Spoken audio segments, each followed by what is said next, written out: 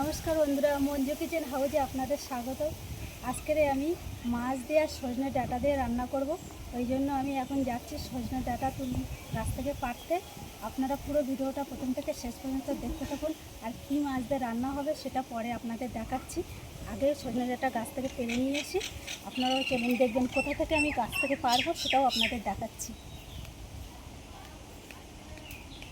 আমি এবার এই সজনে পাড়ার জন্য চলে এসেছি। আর এখানে ধান মেলানো হচ্ছে। এখন এই সময় কিন্তু আমাদের এখানে এই ধান সিদ্ধ করা হয়, করে আর ধান শুকানো হয়। এই যে ধান মেলানো হচ্ছে।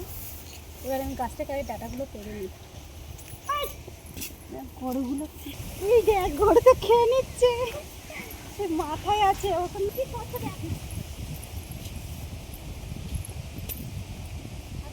এই গরু দেখ না কি করছে, ধরতো সব খেয়ে নিচ্ছে, আগের দুটো খেয়ে নিয়েছে। সজনে ডাঁটা পাড়া হয়ে গেছে গাছ থেকে। এইবার সোজা চলে যাবো রান্নাঘরে। রান্নাঘরে গিয়ে রান্নাটা শুরু করবো। এতগুলো ডাঁটা নিয়েছি, হয়ে যাবে, যা নিয়েছি আমাদের হয়ে যাবে। এটা হচ্ছে পুকুরের সিলভার কাপ মাছ। এই মাছগুলো খুব বেশি বড় হয় না, এরকম চারা চারাই হয়। এই মাছ দিয়ে রান্না করব, খেতে কিন্তু দারুণ লাগবে। আর এই গরমের সময় কিন্তু এরকম মিষ্টি জলের মাছ দিয়ে রান্না করে খেলে সবথেকে বেশি হয়, যাকে বলে মিষ্টি মাছ। নোনা মাছ কিন্তু অত একটা ভালো লাগে না, এই গরম পড়ে গেছে, এরকম ধরনের মাছই ভালো লাগে।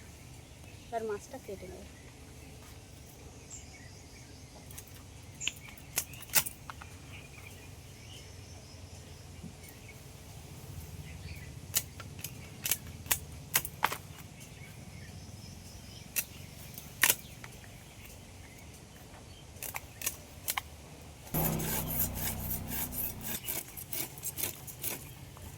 মাছটা এত আঁশ ভর্তি, কুচো কুচো।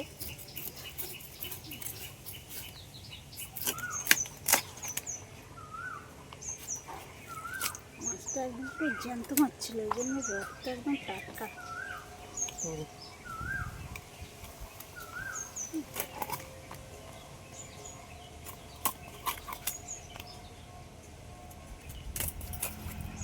মাছগুলো তো সব কেটে ধুয়ে ভালো করে পরিষ্কার করে নিয়ে এসেছি। এবার আমি এই সজনে ডাঁটা আর আলু কেটে নেব।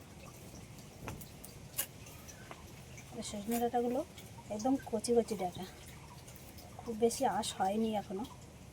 এক একটা ডাঁটা খুব বড় বড় মোটা মোটা হবে এরপরে। এখন কিন্তু এই কচি অবস্থায় কিন্তু খেতে বেশি ভালো লাগে।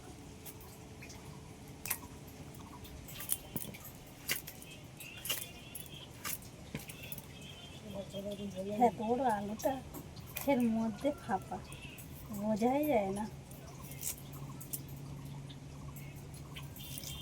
কালকের থেকে এত পরিমাণে ঝড় হচ্ছে না, উল্টো পাল্টা হাওয়া দিচ্ছে, উনুন জ্বালানোই যাচ্ছে না। কত কষ্ট করে উনুনটা জ্বালিয়ে নিলাম, এবার কড়াই বসিয়ে দিচ্ছি।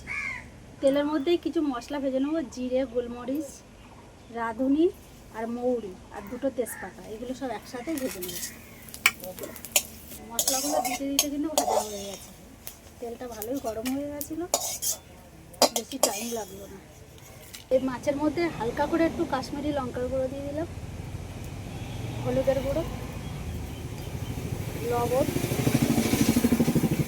কড়াইতে আবারও বেশি করে তেল দিয়েছি, তেলটা কিন্তু গরম হয়ে গেছে। এবার মাছগুলো সব ভেজে নেব।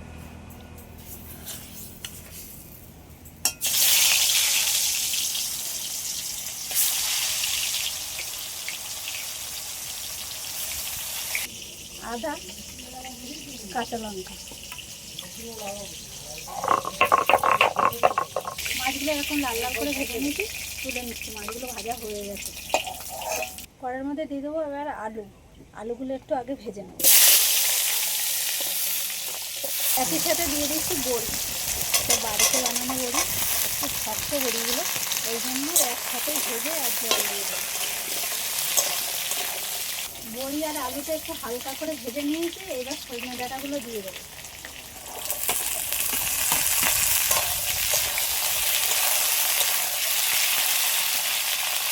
এবার দিয়ে দেবো স্বাদ মতো লবণ,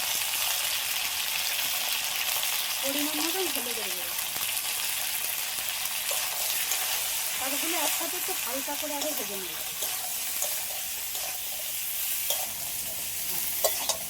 বড়ি আর আলু আর সজনে ডাঁটা সব হালকা করে একটু ভেজে নিয়েছি। এবার পরিমাণ মতন জল দিয়ে দিচ্ছি। জলের পরিমাণটা একটু বেশি করে দিয়েছি। প্রচুর হচ্ছে বাড়িতে বানানো বড়ি, এই বড়িগুলো খুবই শক্ত, সিদ্ধ হতে একটু টাইম লাগবে। দোকানের বড়িগুলো কিন্তু একটু নরম হয়, দিতে দিতে কিন্তু সিদ্ধ হয়ে যায়। আর ঢাকা দিয়ে দিই, সব একসাথে সিদ্ধটা করে নিই ভালো করে। এই ভাজা মশলাটা এবার বেটে নেব।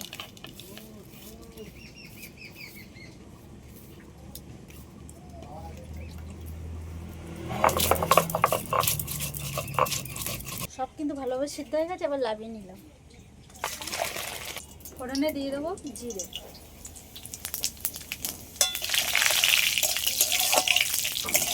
তারপরে দিয়ে দিচ্ছি পেঁয়াজ কুচি।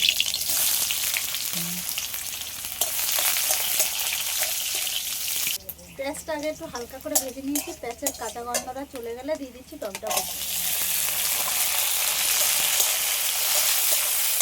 পেঁয়াজ আর টমেটোটা একটু কষানোর জন্য হালকা করে একটু লবণ দিয়ে দিচ্ছি।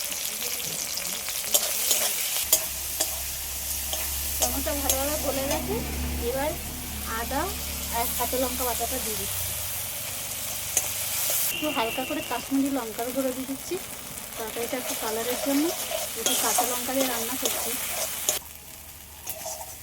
মশলাটা ভালোভাবে কষিয়ে নিয়েছি, আর মশলাটা ভালোভাবে তেলও ছেড়ে দিয়েছি। এবার ভাজা মাছগুলো এর মধ্যে দিয়ে দেবো।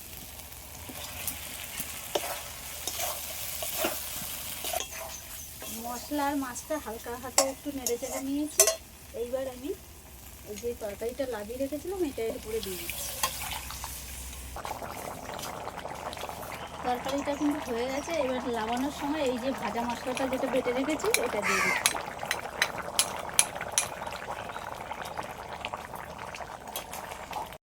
মাছের তরকারিটা তো রান্না হয়ে গেল, আর গরমের একদম উপযুক্ত খাবার, খেতে কিন্তু দারুণ লাগবে। আপনারা বাড়িতে এইভাবে বানিয়ে খেয়ে দেখবেন। আর আমার এই ভিডিওটা যদি আপনাদের ভালো লেগে থাকে, আমার চ্যানেলটিকে সাবস্ক্রাইব করবেন, লাইক কমেন্ট শেয়ার করে আমার বন্ধুদের পাশে থাকবেন। আবারও দেখা হবে পরবর্তী ভিডিওতে।